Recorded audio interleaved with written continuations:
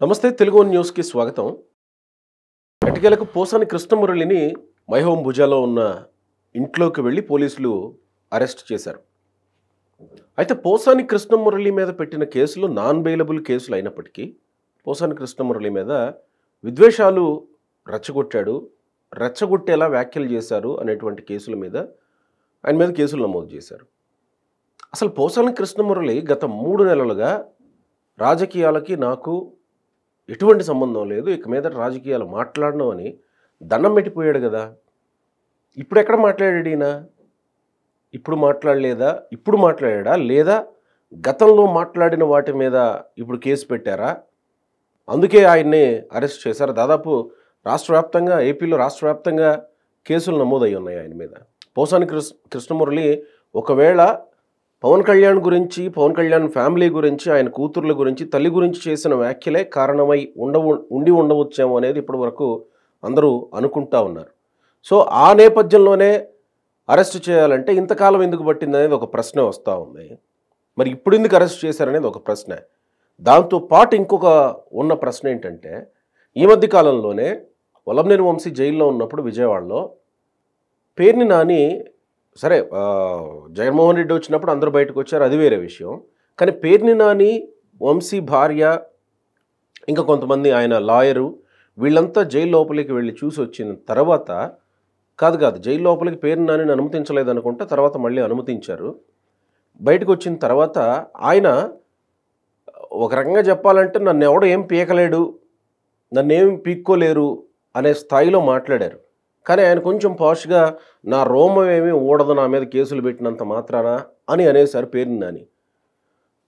నా వెంట్రుక కూడా ఊడదు అనేలాంటి వాళ్ళని ఇప్పటి వరకు అరెస్ట్ చేయలేదు.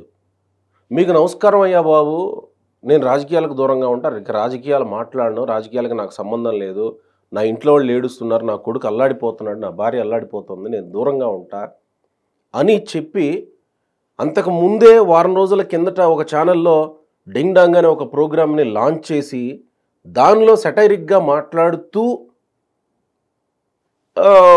రాజకీయంగా లైమ్లైట్లో ఉండడానికి ప్రయత్నించిన పోసాని కృష్ణమురళి ఆగిపోయాడు గత 3 నెలలుగా.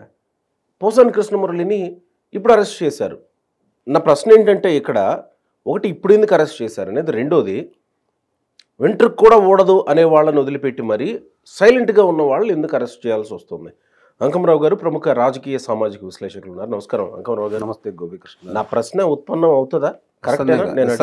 నిస్సందేహంగా ప్రజల్లో ఉన్నటువంటి ఆలోచనే మీరు చెప్పారు. ఇందులో ఎలాంటి సందేహం కూడా ఏంటి, ఎట్లా చూడాలి మరి? ఇన్నాళ్ళు అతను అలా వదిలిపెట్టడం అనేది మొట్టమొదట ఈ ప్రభుత్వం చేసినటువంటి తప్పు, నిస్సందేహంగా చెబుతున్నాను. ఎందుకంటే అధికారంలోకి వచ్చిన తర్వాత కూడా అతను మధ్యలో మాట్లాడిన విధానాలు చూసాం. అలాగే వీళ్ళ గురించే కాకుండా పత్రికాధిపతుల గురించి మాట్లాడాడు, ప్రసార మాధ్యమాల గురించి కూడా ఇష్టారీతిగా మాట్లాడాడు. బిఆర్ నాయుడు గారు అదే చైర్మన్గా తిరుపతి దేవస్థానం పాలక మండలి అధ్యక్షుడిగా అవుతున్నప్పుడు కూడా అతను చాలా ఇబ్బందికరంగా మాట్లాడాడు. అతను వీళ్ళు అధికారంలో లేనప్పుడు అతను మాట్లాడినా కూడా వీళ్ళు రాజకీయంగా అతను సరైన సమాధానం ఇవ్వడంలో విఫలమయ్యారు. తర్వాత అధికారంలోకి వచ్చిన తర్వాత అయినా సరే ఇప్పుడు ఇది 10వ ఫిర్యాదు అతని మీద. అంతకుముందు 9 ఫిర్యాదులు అయితే ఉన్నాయి కదా గతంలో సంబంధించినవన్నీ కూడా. దాని మీద ఎలాంటి చర్య ఎందుకు తీసుకోలేదు ఇప్పటి వరకు? మొన్న 3 నెలల క్రితం అయితే అతను దండం పెట్టవచ్చు, అది వేరే విషయం. దాని మీద చర్యలు అయితే తీసుకోలేదు కదా. ఇవన్నీ కూడా అధిష్టానం కొంచెం మనకెందుకులే, జరిగింది నిదానంగా, చట్టం తన పని దాన్ని చేసుకెళ్ళిద్దని చెప్పని ఒక్కొక్కళ్ళని నిదానంగా అదుపులో తీసుకుందాం అన్న ఆలోచనతో చేసి ఉండవచ్చేమో. అది మంచిగా చెడు తీసి పక్కన పడేస్తే ఇలాంటి వాళ్ళకు ఊతం అనేది ఇస్తుంది. మీరు ఇందాక అన్నారు, ఇతనే కాకుండా దువ్వాడ శ్రీనివాసరావు కావచ్చు, అలాగే మొన్న పేర్ని నాని కావచ్చు, అంతకుముందు కూడా మొన్న పవన్ కళ్యాణ్కి అదే ప్రతి నెల 50 కోట్ల రూపాయలు. ఇప్పుడు ఇంకోటండి, వీళ్ళకి మంచి అవకాశం వచ్చింది గోపి గారు, మంచి అవకాశం వచ్చింది. ఏందయ్యా అంటే అది వాళ్ళ కుటుంబానికి సంబంధించిన ఇష్యూ మీద చాలా పెద్ద రాద్ధాంతం జరిగింది. వాళ్ళ సతీమణి వచ్చి ఫిర్యాదు కూడా చేసింది. మరి వీళ్ళు ఎందుకు వినకున్నారో నాకు ఇప్పటికైతే అర్థం కాదు. అంటే అది కుటుంబ వ్యవహారం కదా అని ఏమన్నా వదిలేశారా? అది కుటుంబ వ్యవహారం. కుటుంబ వ్యవహారం అయినా కోర్టు పరిధిలోకో స్టేషన్ పరిధిలోకో వస్తుంది కదా, వాళ్ళు వచ్చి భార్య వచ్చి ఫిర్యాదు చేసింది కదా, కళ్ళ ముందు కనపడుతుంది కదా, భార్యను వదిలేసి ఆయన వేరే అమ్మాయితో ఉండటం, ఆ ఇంటికాడ గొడవ ఇదంతా మీరు చూశారు కదా. అది మీది ఎట్లా అవుతుంది? మీరు కక్ష సాధింపు చర్య కూడా అయ్యేది కాదు కదా. అవకాశం వచ్చింది కదా, వచ్చిన అవకాశాన్ని మీరు సద్వినియోగం చేయలేదు కదా. ఇలాంటి చిన్న చిన్న పొరపాట్లే వాళ్ళకి ఈరోజు కాళ్ళు వస్తున్నాయి, వాళ్ళకి మాట్లాడే అవకాశం కలుగుతుంది వాళ్ళకి. దీన్ని ఏదే విధంగా అంటే మరి ఇప్పుడు పోసానిని ఇప్పుడు ఎందుకు అరెస్ట్ చేసినట్టు అనుకోవాలి? పోస్తానికి ఇప్పుడు జరుగుతున్న పరిణామాలు ఏదన్నా ఇప్పుడు జరుగుతున్నాయి, కొంచెం తలనొప్పిగా ఉంటే పక్కదారి పట్టించడానికి చేశారని చెప్పి కొంతమంది అనుకుంటున్నారు. కానీ కాదు, ఇప్పుడు చేసిన ఫిర్యాదుదారుడు ఈరోజు అక్కడ అన్నమయ్య జిల్లాలో చేసినందుకు గాను దాని మీద చర్య తీసుకోవాలని చెప్పని ఒక నిర్ణయానికి వచ్చేసి, గతంలో దాని గురించి పెద్దగా పట్టించుకున్నారో లేదో తెలియదు కానీ దాని గురించి ఈరోజు రావడం కూడా జరిగింది. వాళ్ళు వచ్చి అదుపులో తీసుకున్నారు, అందుట్లో ఎలాంటి సందేహం కూడా లేదు. అందుకే నేను అంటాను, ఇది ఎప్పుడో చేయాల్సిన పని. ఎందుకంటే అతను మాట్లాడిన భాష చాలా దుర్మార్గంగా మాట్లాడాడు. ఇప్పుడు ఒక 6 ఉన్నారు దీనికి సంబంధించినంత వరకు. దువ్వాడ శ్రీనివాస్, తర్వాత పేర్ని నాని, కొడాలి నాని, వల్లభనేని వంశీ, ఇతను, అంబటి రాంబాబు, లక్ష్మీపార్వతి, వీళ్ళు రోజా, వీళ్ళు చాలా ఇబ్బందికరంగా, చాలా అసహ్యంగా సభ్య సమాజం తలదించుకునే విధంగా చాలాసార్లు మాట్లాడారు. వీళ్ళు ఎక్కడో ఒకసాట వీళ్ళకి అడ్డుకట్ట వేయాలంటే ప్రారంభంలోనే అధికారంలోకి వచ్చినప్పుడు ఇదే చేసిన ఫిర్యాదులు వాళ్ళ శ్రేణుల చేత చేయించుకోవడం కూడా వీళ్ళకి కుదరలేదేమో నాకు అనిపిస్తూ ఉంది. దాని మీద ఇప్పటివరకు చర్యలు మీరు అన్నట్టు దువ్వాడ మీద లేదు, పేరు నాని మీద లేదు. అతను పేరు నాని విషయంలో ఏం జరుగుతున్నట్టు అంటే అతనికి సంబంధించి కేసు నమోదైన జస్ట్ ఫైన్ కట్టి సైలెంట్గా ఉన్నాడు బయట. అంటే దాంట్లో కూడా ఇంకొక తిరకాసు ఉంది గోపికృష్ణ గారు.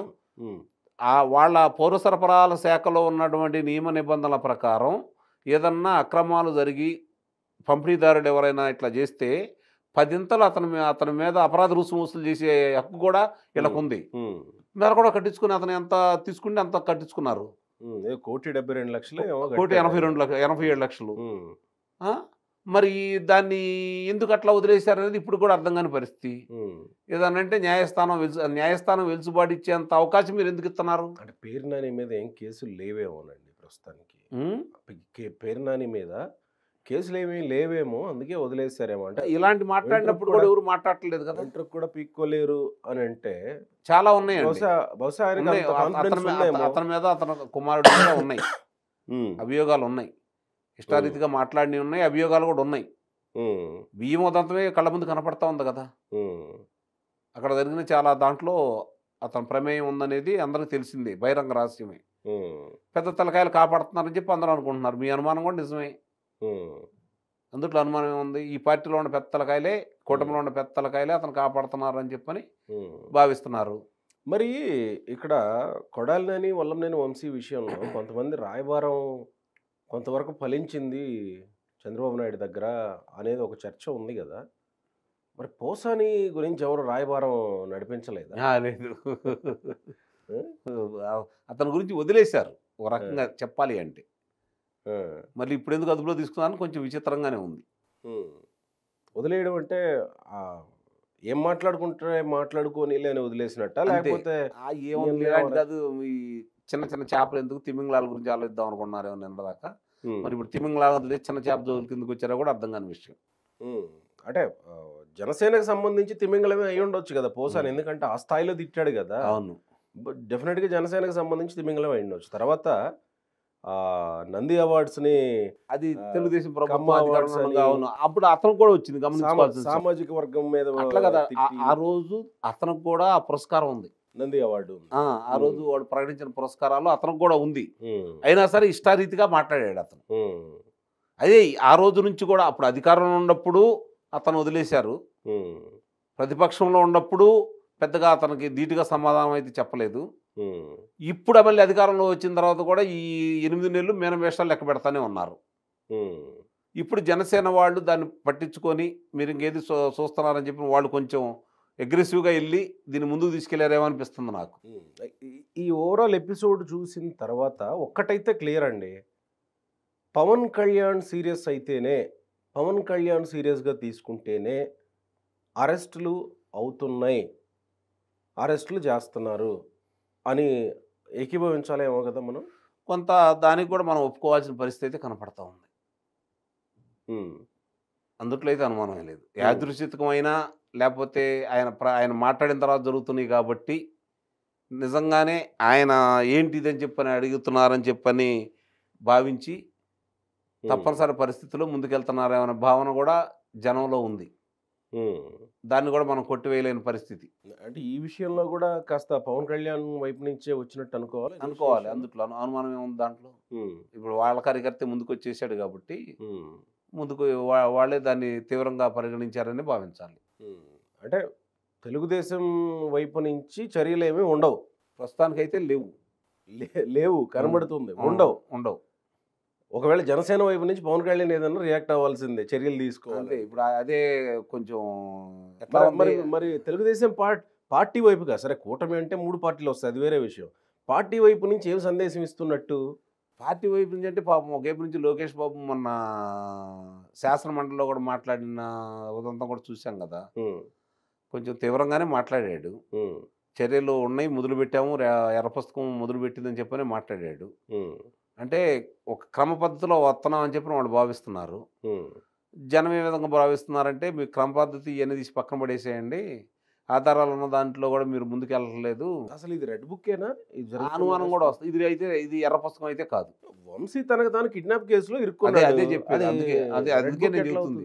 అందుకే అది ఎర్ర పుస్తకంలో ఉన్న ఈ పేర్లు అయితే కాదు.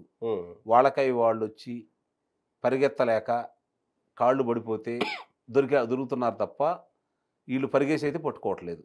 అది మాత్రం వాస్తవం. అయితే మిగతా వాళ్ళ విషయంలో నెక్స్ట్ టార్గెట్ ఫలానా, నెక్స్ట్ అనుకోవడానికి మాత్రమే మనకు వస్తుంది అని అంటానే ఉన్నారు కదా కొంతమంది. అనుకోవటానికి ఏమీ లేదు, ఇట్లాంటివి ఏమీ జరగవు. ఊహించడం ఊహాగానాలే వీళ్ళకి. వీళ్ళు ఏదన్నా అనుకుంటే మనం ఏం చేయలేము. అంటే వాళ్ళకై వాళ్ళు మమ్మల్ని పట్టుకోండి అని వస్తే తప్ప అంతే, వీళ్ళు చేసేది ఏం లేదు. ప్రస్తుతానికైతే వీళ్ళు చేస్తారని కానీ, అంత ఉధృతంగా వీళ్ళు దాని మీద చర్యలు తీసుకుంటారని కానీ, వీళ్ళు ఏం మాట్లాడుతున్నారు, మాకు రాష్ట్రం ముందు ప్రథమ ప్రాధాన్యత. ఇది తెలుగుదేశం పార్టీకి భవిష్యత్తులో మంచి చేస్తుందా, మేలు చేస్తుందా, లేకపోతే ఇబ్బందిగా పరిణమిస్తుందా? నిస్సందేహంగా ఇబ్బందిగానే పరిణమిస్తుంది. ఎందుకంటే రేపు యుద్ధం చేసేది సైనికులు, వాళ్ళకి జీవసత్వాలు ఏర్పాటు చేసేది కుటుంబ సభ్యులు, అంతే కదా. అవును, ఖచ్చితంగా సపోర్ట్ చేయాలి కదా కుటుంబ సభ్యులు కదా. మరి శ్రేణులు కుటుంబ సభ్యులు కాడి కింద వేసారనుకోండి, మనం ఎంత చేసినా ఏం జరిగిందనేది 2024, 2019 మన కళ్ళ ముందు కనపడతానే ఉంది. పనులు చేయకో, అభివృద్ధి చేయకో, ఆ 2 పర్యాయాలు తెలుగుదేశం ప్రభుత్వం ఓడిపోలేదు కదా. మళ్ళీ తిరిగి దాన్ని పునరావృతం చేసుకునే అవకాశం ఇప్పుడు వాళ్ళు చేస్తున్న పనుల వల్ల నిజంగానే అట్లానే చేస్తున్నారేమో అని అనుమానం వస్తున్న మాట వాస్తవం అందుట్లో. ఎందుకంటే ఎప్పుడైనా గుర్తుపెట్టుకోండి, శ్రేణులు ప్రజలు తృప్తి చెందితే పథకాలతో పని లేదు. మీరు వాళ్ళు తృప్తి చెందనప్పుడు మేము ఎన్ని తీసుకొచ్చామని మీరు గొప్పలు చెప్పుకున్నా కూడా ఉపయోగం ఉండదు. అందుట్లో ఎలాంటి సందేహం కూడా ఏం లేదు. అది లేదు, అవతల మనిషికి పనికి రాకుండా పడిపోయాడు, 11 స్థానాలకు పెరిగిపోయాడు, మాకు ఇబ్బంది లేదు, మేము ఏ విధంగా అయినా ముందుకు రాగలము, మాకు అడ్డు లేరు, మాకు ప్రత్యామ్నాయం లేదని భావిస్తే అది మాత్రం భ్రమే అవుతుంది. అంతగా మన మీద మనకి అతి నమ్మకం అయితే ఉండకూడదు. అంటే ఆ స్టాండ్ తీసుకోవటం వెనుక తెలుగుదేశం పార్టీ అధినాయకత్వం ఇంకేమన్నా ఆలోచిస్తుంది అనుకోవాలా? అంటే మన వల్ల కానప్పుడు ఎన్ని వంకలైనా చెప్పొచ్చు. అది వంకాయ అనుకోవాలా? అంతే కదా. ఆధారాలు కనపడిన తర్వాత ఇంకెవరు చెప్పాలండి? ఆధారాలు ఉన్నాయి కదా. చెవిరెడ్డి భాస్కర్ రెడ్డి కావచ్చు, చెవిరెడ్డి మోహిత్ రెడ్డి కావచ్చు, కరుణాకర్ రెడ్డి కావచ్చు, సుబ్బారెడ్డి కావచ్చు, వైవి సుబ్బారెడ్డి కావచ్చు, పెద్దిరెడ్డి రామచంద్రారెడ్డి కావచ్చు, పెద్దిరెడ్డి మిథున్ రెడ్డి కావచ్చు, మరి సజ్జల రామకృష్ణారెడ్డి కావచ్చు, పేరుని నాని కావచ్చు, ఇందాక నేను చెప్పినట్టు దువ్వాడ శ్రీనివాస్ కావచ్చు. ఎన్ని ఉదంతాలండి, ఎన్ని కుంభకోణాలు బయటకు వచ్చినాయండి. ఏం జరుగుతుందండి? కనీసం మీరు వాళ్ళకి తాకీదులు కూడా ఇవ్వలేని దౌర్భాగ్య స్థితిలో ఉంటే ఎలా అండి? అవినాష్ రెడ్డి, అప్పురెడ్డి, మరి తలసిల రఘురాము, జోగి రమేష్ సుప్రీం న్యాయస్థానం దాకా వెళ్ళి వెలుచుబడి తెచ్చుకునే అవకాశం మీరు కలగజేస్తున్నారు. ఆలసత్వానికి కారణం ఏంటి? అంటే మీ దగ్గర ఆధారాలు ఇవ్వా? అదే కదా, మీరు ఆధారాలు సేకరిస్తున్నామంటే ఇంకా లేదనంటే కదా దాని అర్థం. సో పిన్నెల్లి రామకృష్ణారెడ్డి ఈవీఎంలు పగలగొట్టిన కేసులో అరెస్ట్ అయ్యాడు, అంతే. మిగిలిన 20 సంవత్సరాల వాళ్ళ రాజకీయానికి సంబంధించి వాళ్ళ కుటుంబ సభ్యులు, అతను 4 పర్యాయాలు గెలిచాడు. ఆ సరస్వతి భూముల రైతులు అసలు ఇవన్నీ కూడా ఇంతవరకు పరిగణలో తీసుకోలేదు. ఎన్ని కుంభకోణాలు చేశారో, ఎన్ని అక్రమాలు చేశారో, ఎంతమంది హత్యలకి వాళ్ళు కారకులయ్యారో, ఇవన్నీ కూడా ఏమి పరిగణలోకి రావట్లేదు. ఇక్కడ ఇంకొక పాయింట్ కూడా కనపడుతుంది. ఇప్పటి వరకు అంటే వైఎస్ జగన్మోహన్ రెడ్డి అధికారంలో ఉన్నంత కాలం ఒక సామాజిక వర్గం గురించి ఒక రకంగా టార్గెటెడ్గానే పనిచేసినట్టు అనుకోవాలి కదా. కానీ ఈ అధికారంలోకి వచ్చిన తర్వాత, కూటమి ప్రభుత్వం అధికారంలోకి వచ్చిన తర్వాత జగన్మోహన్ రెడ్డి సామాజిక వర్గానికి సంబంధించిన వాళ్ళని ఇప్పటి వరకు ఒక్కళ్ళని కూడా అరెస్ట్ కాలేదు. పిన్నెల్లి రామకృష్ణారెడ్డి అరెస్ట్ అయింది ఈవీఎం కేసులో, ఒక్కళ్ళు కూడా అరెస్ట్ కాలేదు. అరెస్ట్ అయిన వాళ్ళలో ఇప్పుడు వంశీ కానీ, పోసాని కానీ, నందిగం సురేష్ కానీ, బోర్గడ్డ అనిల్ కానీ, మీకు వర్ర రవీందర్ రెడ్డి సోషల్ మీడియా కేసులో అరెస్ట్ అయ్యారు. పొలిటీషియన్లు ఇప్పటివరకు ఎవరు అరెస్ట్ కాలేదు. ఇది కూడా ఏమన్నా మాట్లాడకపోవచ్చా? అంటే అప్పుడు జగన్మోహన్ రెడ్డి ఈ సామాజిక వర్గం మీద పడ్డాడు, ఈ సామాజిక వర్గాన్ని దెబ్బతీయడానికి ప్రయత్నించాడు, వీళ్ళనే రెచ్చగొట్టాడు, వీళ్ళనే ముందు పెట్టాడు. ఈరోజు మీరు అనుభవించండి రా అంటున్నారు. మళ్ళీ ఇప్పుడు బలవుతుంది కూడా. అందుకే అనుభవించండి రా అంటున్నాడు. బలిపస్తులు వాళ్ళనే చేస్తున్నాడు, బకరాలనే దొరుకుతున్నారు వీళ్ళు. ఇప్పుడు అధికారంలో ఉన్న సామాజిక వర్గానికి సంబంధించి మళ్ళీ దీని మీదకి వెళ్తూ ఉంటే, మొన్నే చెప్పాడు కదా, ఆ సామాజిక వర్గంలో ఎవరు ఎదగడానికి ఇష్టం లేదు, ఈ అందగాళ్ళని చూసి ఆయనకి జలసీగా ఉందని చెప్పి మాట్లాడాడు కదా. అంటే ఈ సామాజిక వర్గంలో వీళ్ళు ఎదుగుతుంటే చంద్రబాబు నాయుడు గారు చూడలేకపోతున్నాడని జగన్మోహన్ రెడ్డి ఇప్పుడు కూడా చెబుతున్నాడు. అంటే వీళ్ళకి సామాజిక వర్గం వీళ్ళని దూరం చేస్తుందన్న విషయం అతనికి తెలుసు. కానీ ఆ సామాజిక వర్గం నుంచి నాకు ఓట్లు రావట్లేదు కాబట్టి ఏదో విధంగా ఓట్లు సంపాదించుకోవాలంటే ఎన్ని వేషాలైనా వేయాలి, ఎన్ని అబద్ధాలైనా చెప్పాలి, ఎంతమందినైనా బలి చేయాలనేది జగన్మోహన్ రెడ్డి యొక్క సిద్ధాంతం అనేది ప్రజలందరికీ ఇప్పుడు అర్థమైపోతా ఉంది. ఆ నాయకులకి అర్థం కావట్లేదు. అది దౌర్భాగ్యం. ప్రజలకు అర్థం కావప్పుడు ఇప్పుడు అదే సామాజిక వర్గం బలి కావాలి. జరుగుతున్న విషయాలు కూడా అదే. వీళ్ళు కూడా సంబరాలు కూడా చేసుకుంటున్నారు అనమాట, సంకలు గుద్దుకుంటున్నారు. మరి ఇప్పుడు ఆ జగన్మోహన్ రెడ్డి సామాజిక వర్గానికి సంబంధించిన వాళ్ళ మీద కేసులు లేవా, లేదా ఉన్నా కానీ ధైర్యం చేయలేకపోతే? ధైర్యం లేదనుకుంటున్నారు వీళ్ళు, ధైర్యం లేదనుకుంటున్నారు. మీరు కూడా అంతే అనుకుంటున్నారు? నేను కూడా అంతే అనుకుంటున్నాను. తప్పే ఉంది దీంట్లో. ఏదో చేసినప్పుడు చేసామనుకుంటామండి, చేయనప్పుడు చేయలేదని అంటాం కదా. ధైర్యం లేకపోవడానికి కారణం ఏంటి? ఇంకేమన్నా శక్తులు ఉన్నాయా, అతీతమైన శక్తులు ఏమన్నా ఉన్నాయా? ఇవన్నీ చెప్పుకోవడానికి చాలా ఉంటాయి గోపి గారు.